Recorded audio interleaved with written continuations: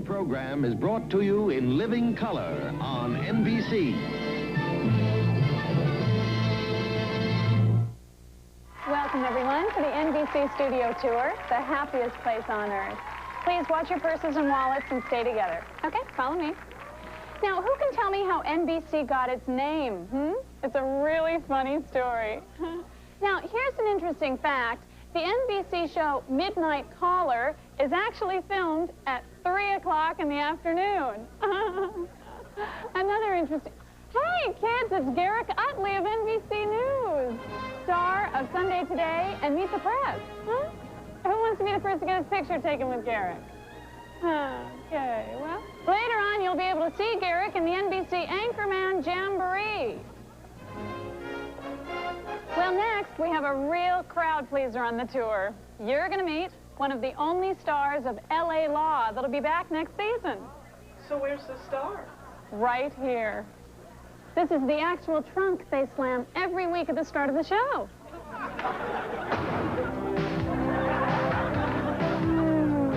Does anyone else want to try? Okay, moving on then. This is real. This is California for this? Yeah. No, the correct answer is Ted Danson, Harry Hamlin, and Lisa Bonet. Oh my gosh, it's the parade of the stagehands. Everybody, people, this way.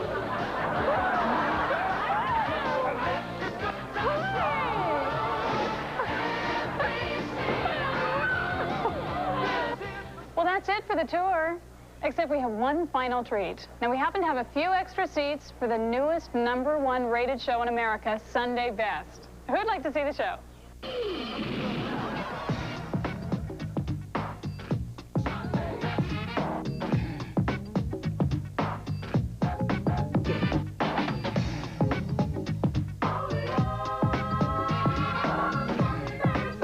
It's Sunday Best, the TV show about TV. Tonight, a special President's Day salute, with politicians doing TV comedy, TV comedians doing politicians, America's funniest campaign ads, your host, Carl Reiner, special guest Anne-Marie Johnson, Jeff Cesario as TV guy, Linda Ellaby with what happened this very week in TV history, Merrill Markoe asking the question, what if dogs ran the networks, plus the best of last night's Saturday Night Live. All this on Sunday Best.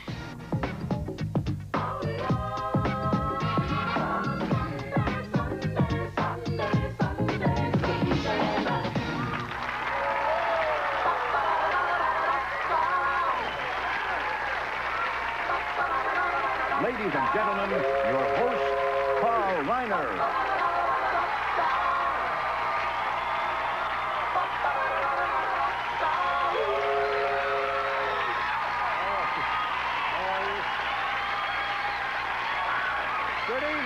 Good evening, everybody, and welcome to our very special President's Day edition of Sunday Best. This week, we'll look at politicians on television and how they made us laugh. Sometimes intentionally. But first, in case you missed any news about TV last week, here's Jeff Cesario with TV Guide. Catch us up, Jeff.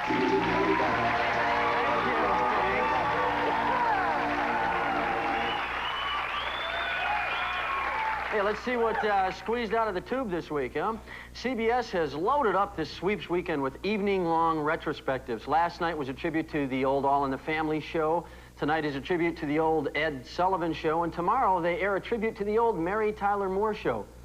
Clips of old TV shows thrown together. Who would watch that? I mean, a whole show based on that. I would never... Jeff, why don't you go on to the next story, Jeff? Over on NBC this week, Raymond Burr continued his comeback as Perry Mason in a made-for-TV movie. His next step on the comeback trail, a March 22nd heavyweight bout against George Foreman. The bout is tentatively titled The Thrilla in Vanilla Pudding. Debonair NBC correspondent Arthur Kent has become the darling of the golf reporters, acquiring the nickname Scud Stud. It's true. Other reporters are now demanding their own nicknames. CNN's Peter Arnett wants to be referred to as Baghdaddy. NBC's cherubic Fred Francis wants to be called Winnie the Pooh. I don't know what that means. And CNN's Wolf Blitzer desperately wants to be known as John Doe. Former television evangelist Jim Baker may be out of prison soon because of technical errors committed during his trial. His rejoicing wife, Tammy, said, "If we can get Jim out of jail, God will vindicate him." So far, no comment from God. NBC will air a special about medieval prediction whiz Nostradamus, just as Nostradamus predicted it would. It's going to be hosted by Charlton Heston because everyone knows Nostradamus was a real conservative Republican. Also this Wednesday, the Grammy Awards will air on CBS, hosted by comedian Gary Shandling. Shandling agreed to host only if they retitled the show It's Gary Shandling's Music Award Show. ABC's entry into the TV movie for this week is let's see, Whatever Happened to Baby Jane? That's right, starring those sisters, Lynn and Vanessa Redgrave. In this new Redgrave remake, what does happen to Baby Jane? What do you think? She enrolls in Weight Watchers, shaves her head, and joins a left-wing cult. Viewers of ABC's 30-something were stunned this week when the episode ended with the sudden death of character Gary Shepard, played by actor Peter Horton. An even bigger surprise came this weekend when ABC announced that Horton's replacement would be none other than the Scud Stud, Arthur Kent. All right, now it's time to check your local listings. This is a feature where we take a look at actual TV listings from newspapers and magazines across the country. Now these are actual. Here's a TV movie from this week, Not of This World. Only a divorced electrical engineer can stop an energy-eating alien heading for her power plant. Wow, I hope they mean where she works. Now, thank you. How about this one? Strip quilting. I guess if you lose a stitch, you have to take off your shirt and sew it right into the quilt immediately. And this one appearing on cable's Bravo network, Salman Rushdie. Wow, that's like the perfect place to hide. No one will find him there. And how's this for an afternoon lineup? Vietnamese news, and opposite that, The Desert Speaks, and opposite that, Amish cooking. All right, I'll take a nap. Finally tonight, let's count down the top of the hype charts. This is our list of celebrities from this week who've been on TV shows and in magazines, pushing their projects or views down our throats until we're blue in the face. At number 3, with 2 TV shows, 6 magazine covers, it's Sinead O'Connor with I Don't Want Any Attention and Make Sure Everyone Knows About It. Thank you. At number 2, pushing Silence of the Lambs, it's Jodie Foster with, hey, it's just a movie, don't be shooting at anyone on my account. And at number 1 this week, priming up for the Grammys, it's Vanilla Ice with You Can All Kiss My Butt, the one I wish was even just a little bit black. Listen, that's it for TV Week. Remember, pay attention to your TVs. There might be a test. See ya.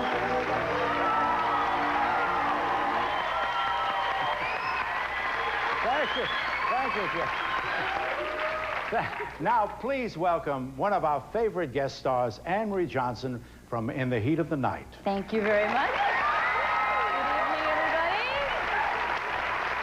I understand you've been spending a lot of time looking at politicians on TV this week. Yes, Carl, and it's a tough job, but someone's got to do it. And that's me. Tomorrow's President's Day, so Sunday Best thinks it's a good time for you to take a look at the side of your leaders that you don't usually see. It's a side they show when they make appearances on television shows that aren't This Week with David Brinkley. This morning, we shall meet Senator Kennedy, his mother, Mrs. Joseph P. Kennedy, his wife, Jacqueline, his sister, Eunice, now Mrs. October 28, 1958. Senator John F. Kennedy was running for re-election, and the whole family came out to help. We have a charming addition in the person of Jacqueline, Jack's wife. I've enjoyed campaigning so much, Mrs. Kennedy.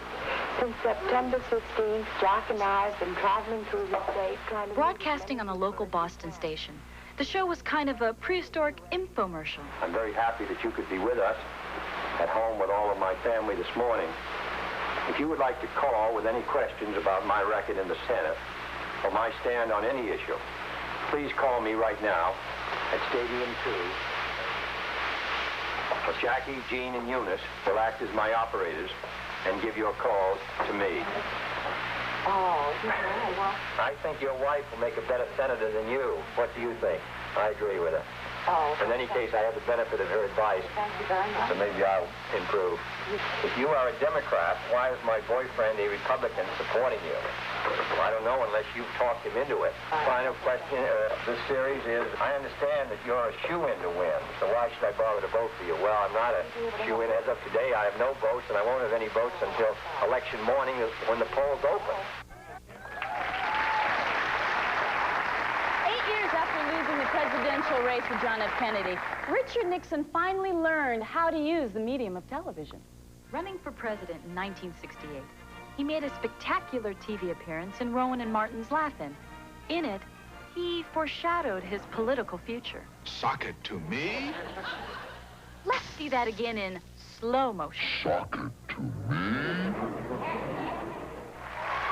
Nixon won the election that year, but his comic timing never improved.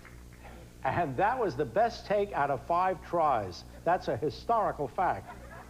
Now, here's something that's almost as silly. Come on, let's all play. What's my line?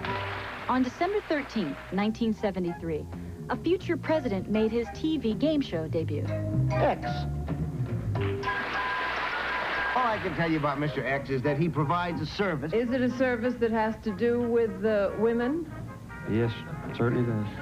I can rule out that you are a government official of any kind, can't I? No. Soupy. Oh, are you a government official of some kind? Are you a state official? That's correct. Are you a governor? Yes. That's it. He is Governor Jimmy Carter of the state of Georgia. One of the most well-remembered and better forgotten presidential appearances was on Saturday Night Live. And now, Weekend Update with Chevy Chase. Don't be silly. I don't care if you go out with him. Just don't touch him there. Gotta go. Good evening. I'm Chevy Chase, and you're not. Good evening. I'm Gerald Ford, and you're not. That late-breaking story just out of Washington. On January 10th, 1976, a First Lady finally made it onto a primetime sitcom. It was The Mary Tyler Moore Show. In the episode, Lou claims he spent the evening playing cards with the President and the First Lady. Mary doesn't buy it. Hold on. Mary, Mrs. Ford wants to talk to you.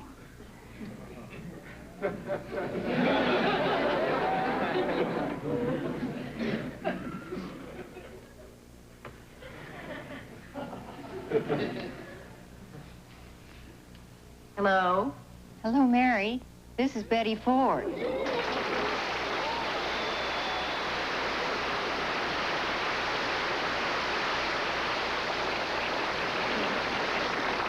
Hi, Betty. This is Mary, Queen of Scots. The next First Lady to make it to prime time came with a message. How many of you have heard about the drug problem in our schools? How do you feel about drugs? Yes? Well, I think drugs are disgusting and I'd never take them. My name is Lisa and I'm a Republican. Wherever they appear, however bad they're acting, our favorite TV shows let us see our leaders in ways we never could before.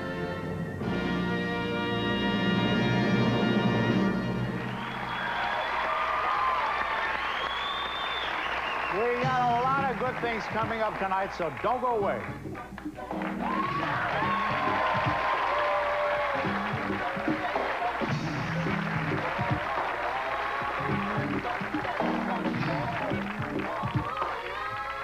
Up next, This Week in TV History and the best of last night's Saturday Night Live.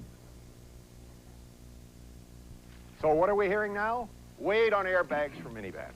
Nobody puts an airbag in a minivan. It's too tough to engineer them. Well, we did it anyway. No waiting. They're here. Sure, people still have to wear seatbelts with a minivan airbag. So what? Everybody should wear a seatbelt. No, some things you wait for, some things you don't. Minivans with airbags, you don't wait.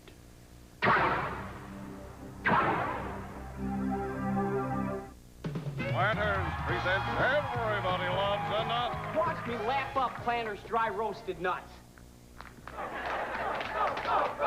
Wow, as flat as broom. Everybody loves the nuts. Save some big ones right now at Sears. This Craftsman half-horsepower garage door opener is on sale for just $158, and this Zenith 19-inch TV is only $277. Sears President's Day sale. Better hurry. Tuesday, Matlock's a special prosecutor taking on 2 corrupt judges. You are way out of line. L.A. Law's Diana Muldaur and MASH's Mike Farrell star in the trial, a special Matlock mystery. Then when a desperate killer stalks a young woman, This is an emergency. Will you give me the police? the chief steps in a race to save her life in the heat of the night. And then New York's biggest godfather goes too far, and Stone stops at nothing to even the score. Revenge is sweetest passion. On Law and Order, a night of powerful action, NBC Tuesday.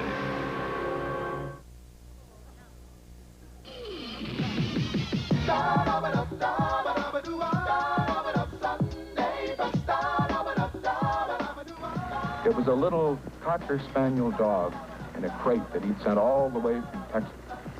Black and white, spotted. And our little girl, Tricia, the 6-year-old, named it Check. That was Saturday Night Live. Now here is Linda Ellaby to tell us what happened this week in TV history. Linda? Thank you, Carl. This is where we show you some of what we were watching on TV in other years during the week of February 11th to February 17th. But we begin with pictures you may never have seen, unless you lived on the West Coast. This popular annual show didn't go national until the following year. Back in 1954, they didn't even call the thing the Emmys. Roll it. Yes, tonight Wayne Fellows Productions present the 6th Annual Television Arts and Sciences Awards, direct from the Hollywood Palladium. Back then, it was a dinner party, and you didn't see movie stars for TV's big night. The host was Ed Sullivan, and the big winners were Dragnet, I Love Lucy, and for Best Supporting Actress, Vivian Vance, also known as Ethel Mertz. And I want to thank the greatest straight woman in show business, Lucille Ball. And for Best New Show, Danny Thomas in Make Room for Daddy. But this very week, 6 years later on Danny's show, we met the beginning of another new show. It all started when Danny got stopped for speeding in a small town. Kelly, you picked on the wrong guy this time, Clem. Name ain't Clem, it's Andy. Andy Taylor. From this appearance, Andy got his own show later that year. It was also the first time we saw this cute little Opie. I want you to arrest her, Pa, and we'll give her a fair trial and hang her.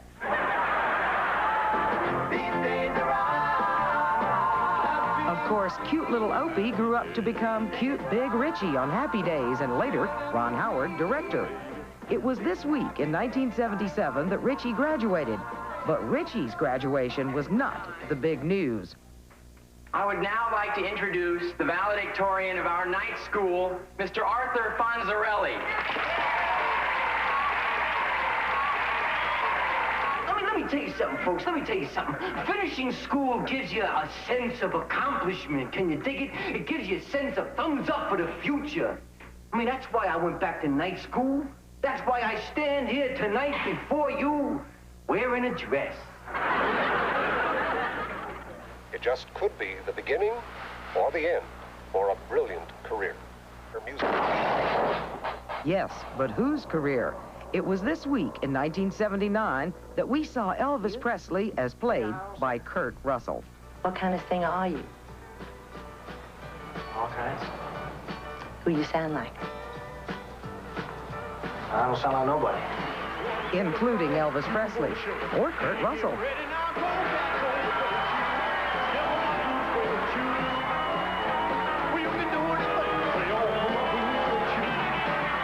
Man, they love him. He's gonna go on forever.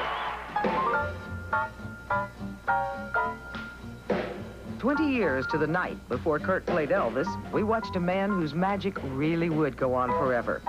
This week in 1959. An evening with Fred Astaire. The man was 60 years old when this special aired. But why am I talking when we could be watching a little more of him? Putting on the top hat.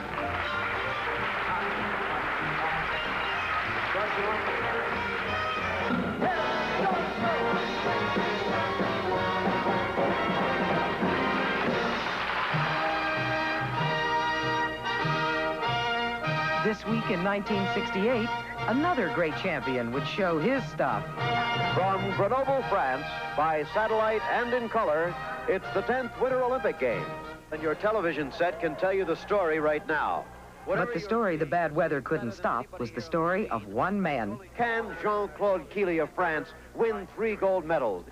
Jean-Claude Killy is on the course. 200 million viewers watched as another man beat Killy down the slopes. When it was over, Killy lost. But then the other skier missed a gate and was disqualified. Now comes the official word. Jean-Claude Killy's quest has been successful. He has won the gold medal in all 3 men's alpine events by winning the slalom here today.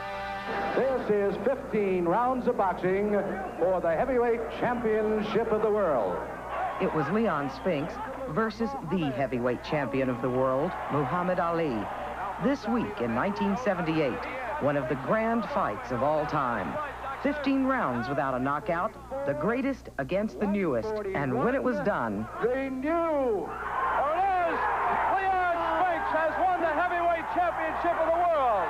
Incredible. 27 years and 7 months after he disappeared from the world stage and became the unseen symbol of black resistance to white minority rule, Nelson Mandela today walked out of the Victor Verster prison near Cape Town and into live television, a great moment for TV and for the world. Why don't you enter politics? It's time you took a play. About foreign and domestic matters, I don't know a thing.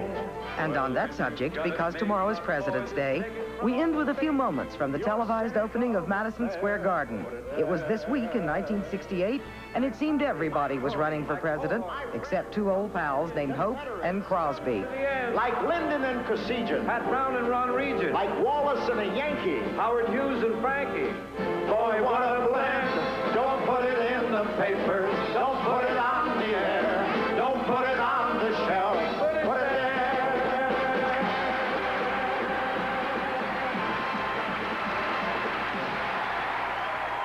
That's this week of TV history. And to put President's Day into perspective, the words of Mork, explaining to Mindy how politics work on his planet. On Ork, said Mork, if someone wants to be president, we just say, sure, go ahead. It's cool. Carl? Thank you, Linda. Say, Linda, do you know that the studio we're sitting in here right now is the studio that Fred Astaire danced in on that special you showed us? Make you feel like dancing, Carl? A little bit.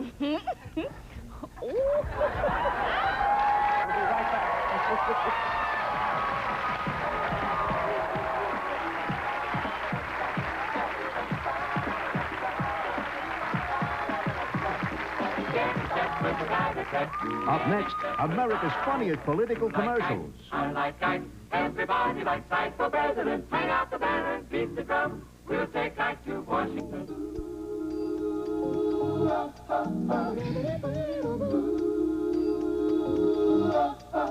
Why do we have to go any further? Well, your husband paid for a 2-week safari. Is that why you agreed to take us? Because of the money? I'm not in this business for my health. Each week, Sunday Best takes a brief second look at what we consider to be TV's highlights of the previous week. The first scene is from this week's episode of The Golden Girls. Rose, played by Betty White, is practicing to become a news reporter. All right, Rose, ready? Go. This is Rose Nyland. We're here chatting with my good friend Dorothy Zbornak. Welcome, Dorothy. Hello, it's a pleasure to be here. So, can you tell me what it... Oh, so tell me, Dorothy, what's it like being a substitute teacher? Look, Rose, honey, excuse me, but I think you should take another tack. I mean, I'm not saying that my job is boring. Say it, Dorothy, say it. No, I just feel you should ask more probing questions. Okie dokie. Let's see. Isn't it a fact that you have a drawer full of retirement home brochures and you're just waiting for the first sign of dribble on your mother's chin to lock her away forever?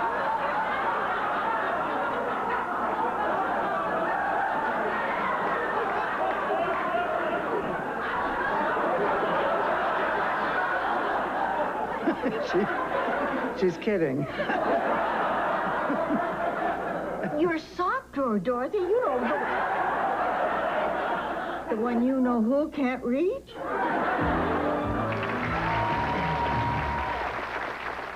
As Jeff mentioned earlier, Vanilla Ice is up for a Grammy this week. Last week, he was sent up on In Living Color.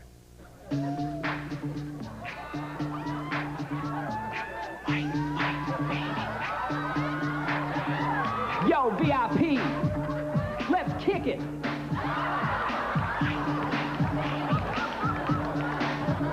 All right, stop.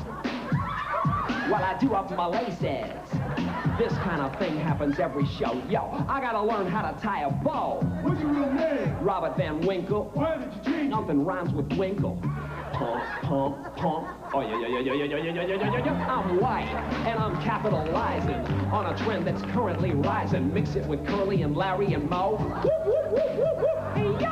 When's it gonna stop? Maybe never. I become richer with every endeavor. I'm living large and my bank is stupid, because I just listen to real rap and stupid. I can't hear you! Go, white boy!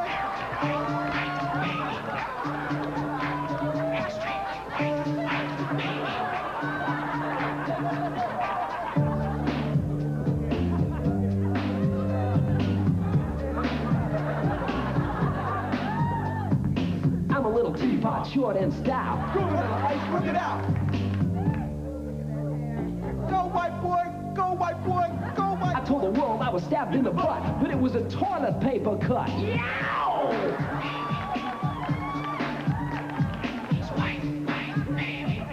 Go, white boy! Go, white boy! Go!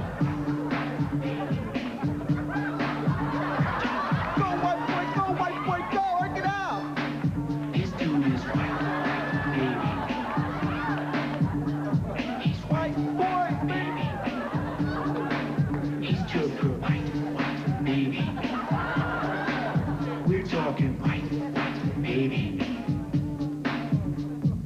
Hey guys, what's up? Yo, I ain't stupid. I just stupid. Word to your mother.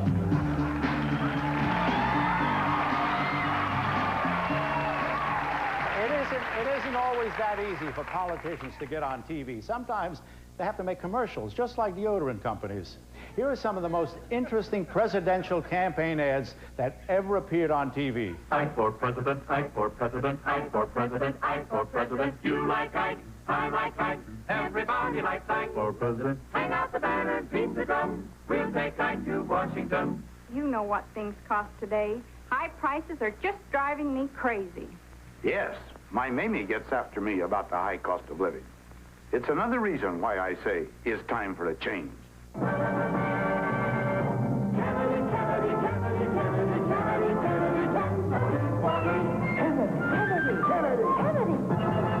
Yo soy el gobernador del estado con una de las condiciones económicas más estables del país. In your heart, you know he's right. Go, go, gold water. Let's go, gold water. Let's go, gold water all the way. Just raise the notes to cast your vote for Mr. USA. Gold water. I started my own campaign 21 months ago. I didn't have any political organization, not much money, nobody knew who I was.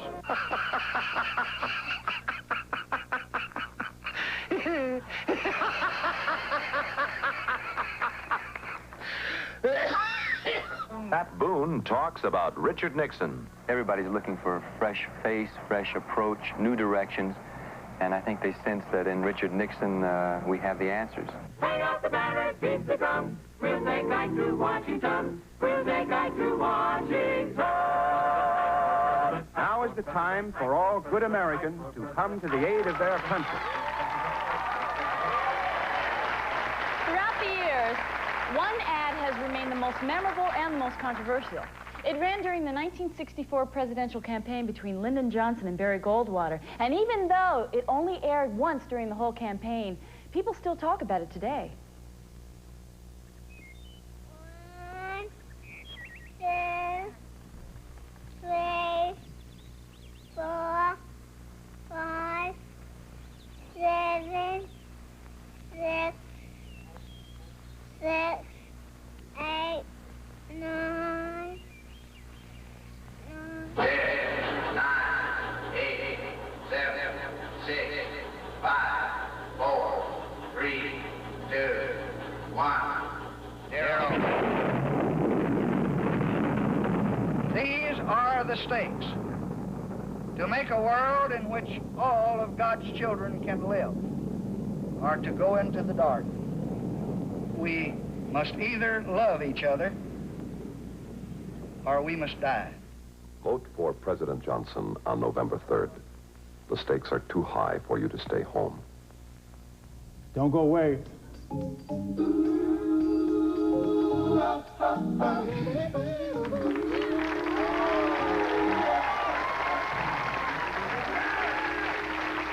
Up next, Dana Carvey impersonates George Bush.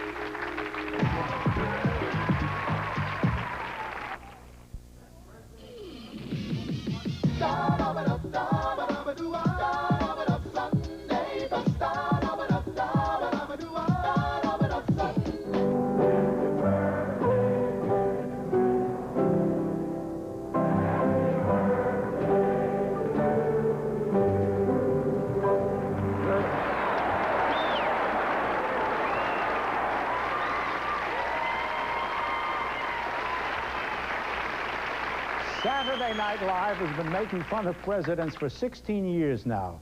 And for the past 2 years, Dana Carvey has been giving us a great take on George Bush. Here's one of his best ever. Have you ever wondered why there isn't a Vice President's Day? Linda Ellerby has. Thank you, Anne-Marie. It's time we honored the work of our Vice President, a man to whom we are all, well, happy campers. What follows is a song written by reporter Bill Friedland of NBC affiliate WOTV and sung by some of the citizens of Grand Rapids, Michigan. We helped, too.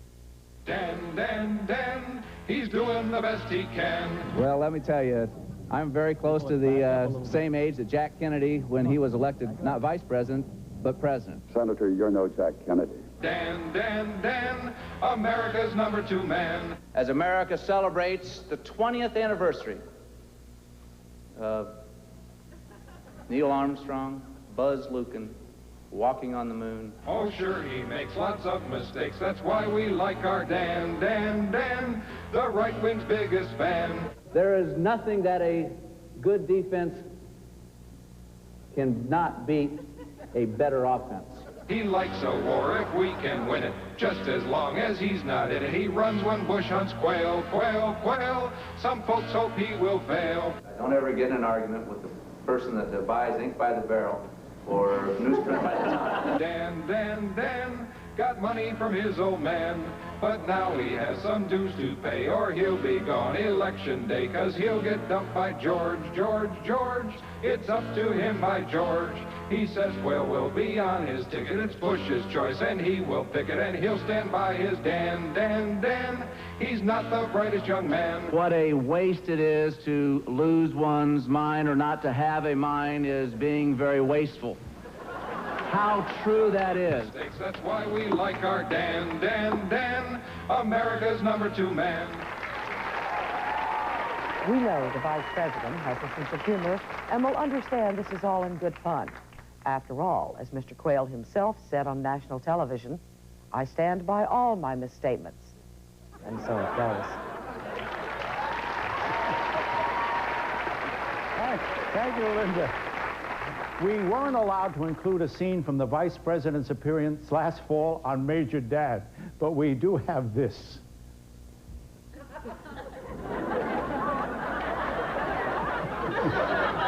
Don't go away.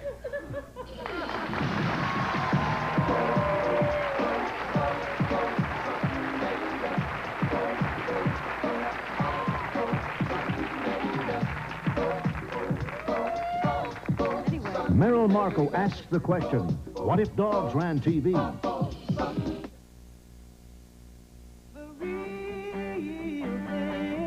Talking about the real thing. It's a hero, a friend, a smile you want to see forever. It's the rock and it's the soul. It's a feeling to keep. It's close to your heart, like you and your honey, old style dancing together. It's all of the moments with Coca-Cola classic that can't be beat.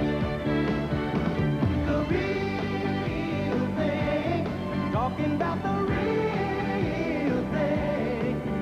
You know it when you have it, go ahead and grab it. You know it when you're drinking Coca-Cola classic. Can't beat the feeling, can't beat the real thing. Rough, tight, dry skin? That stops with Curel. When you apply Curel regularly, you'll feel its fast-absorbing rehydration formula take over. First, it seals in the healing moisturizers. Then the soothing Curel therapy rehydrates your dry skin. First it seals, then it heals. There's a clear line between other moisturizing formulas and Curel's rehydration formula. Curel for dry skin. First it seals, then it heals. Just what is the PB in new PB Max? PB don't mean pineapple beanie, pet barracuda, or parachuting buffalo. PB don't mean prehistoric barber or pig basketball. PB means peanut butter. Lots of real peanut butter in pure milk chocolate with the crunch of a whole grain cookie. Now that's maximum satisfaction. Even if you're as mean as the Pottstown Barbarian, you'll be pleased in one powerful bite. PB Max, we mean peanut butter. Tonight, are we finally on the verge of full-blown war, or will peace prevail? And did American corporations help Saddam Hussein build his monstrous war machine? Tom Brokaw has the story and more, live from Saudi Arabia. Jane Pauley from New York, an important one-hour America at War special. Next.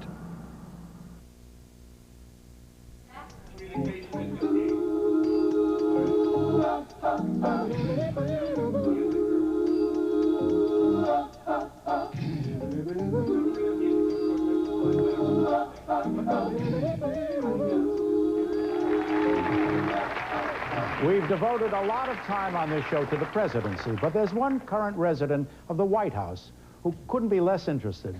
Millie Bush, the first dog. Here to tell us about what a dog might like on television is our own Merrill Markoe. Thanks, Carl, and thanks for trying to relate this to the show. I appreciate that attempt. Television programming is based on demographics. Network guys want to know who is watching what when. They want to know how old they are, what race they are, whether they want baked potatoes, French fries, or coleslaw. But it recently dawned on me that the programming needs of a particular segment of our population are going virtually ignored. Hi, and welcome to my home. This is my dog, Louis. He's just 3 months old, which is, I think, 150 of our years. I never understood how that worked exactly. Anyway, this is a very special time in his life. For instance, the other day, he drank out of the toilet for the first time. It's a very, very beautiful moment.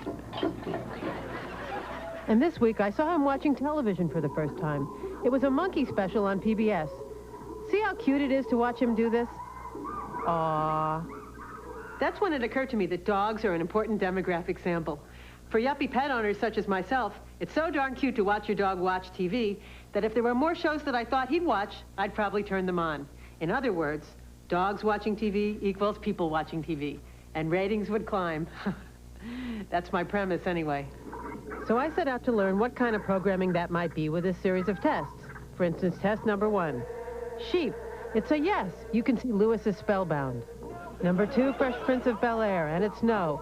Not even the Fresh Prince's wacky antics can distract Louis from this box of tissues. Number 3, Ground Squirrels, and it's a yes again. Here's a programming element to make note of.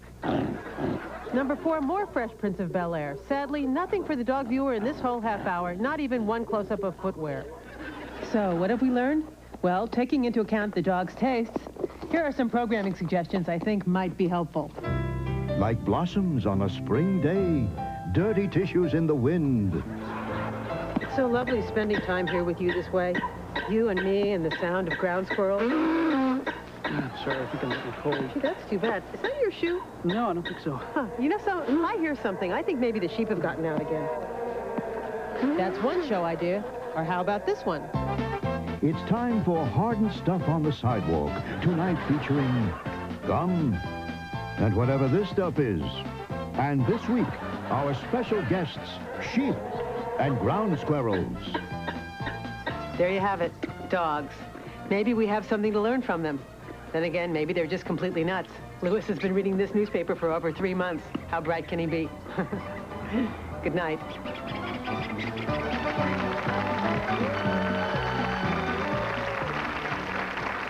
I get to say goodnight again. I just said goodnight on the tape. It's a rare opportunity to say goodnight twice.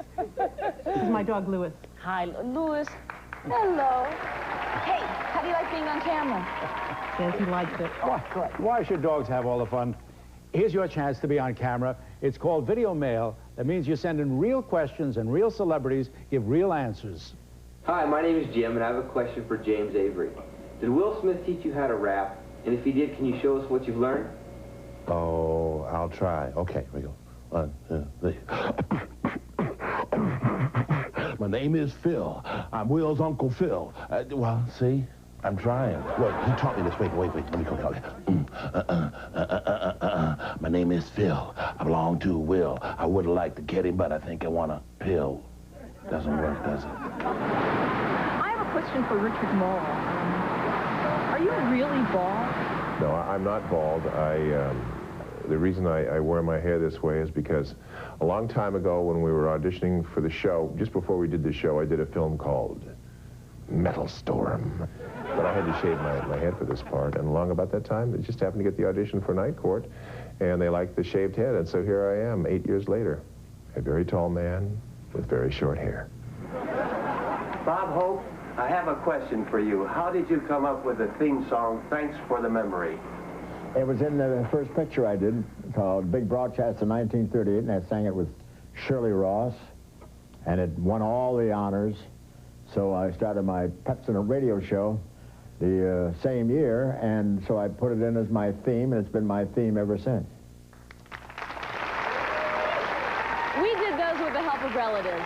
If you'd like to send in your questions, our address is NBC Sunday Best Video Mail, Burbank, California, 91523. Sorry, we can't return your tapes, but you return after this.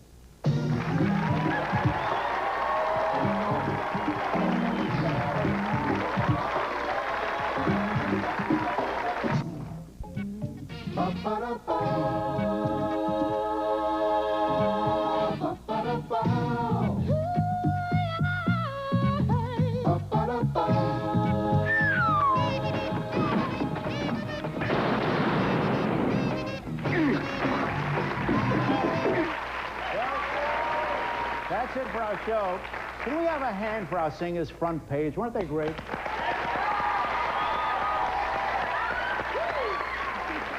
We'll be taking a vacation next week, but we'll be back 2 Sundays from now. Night.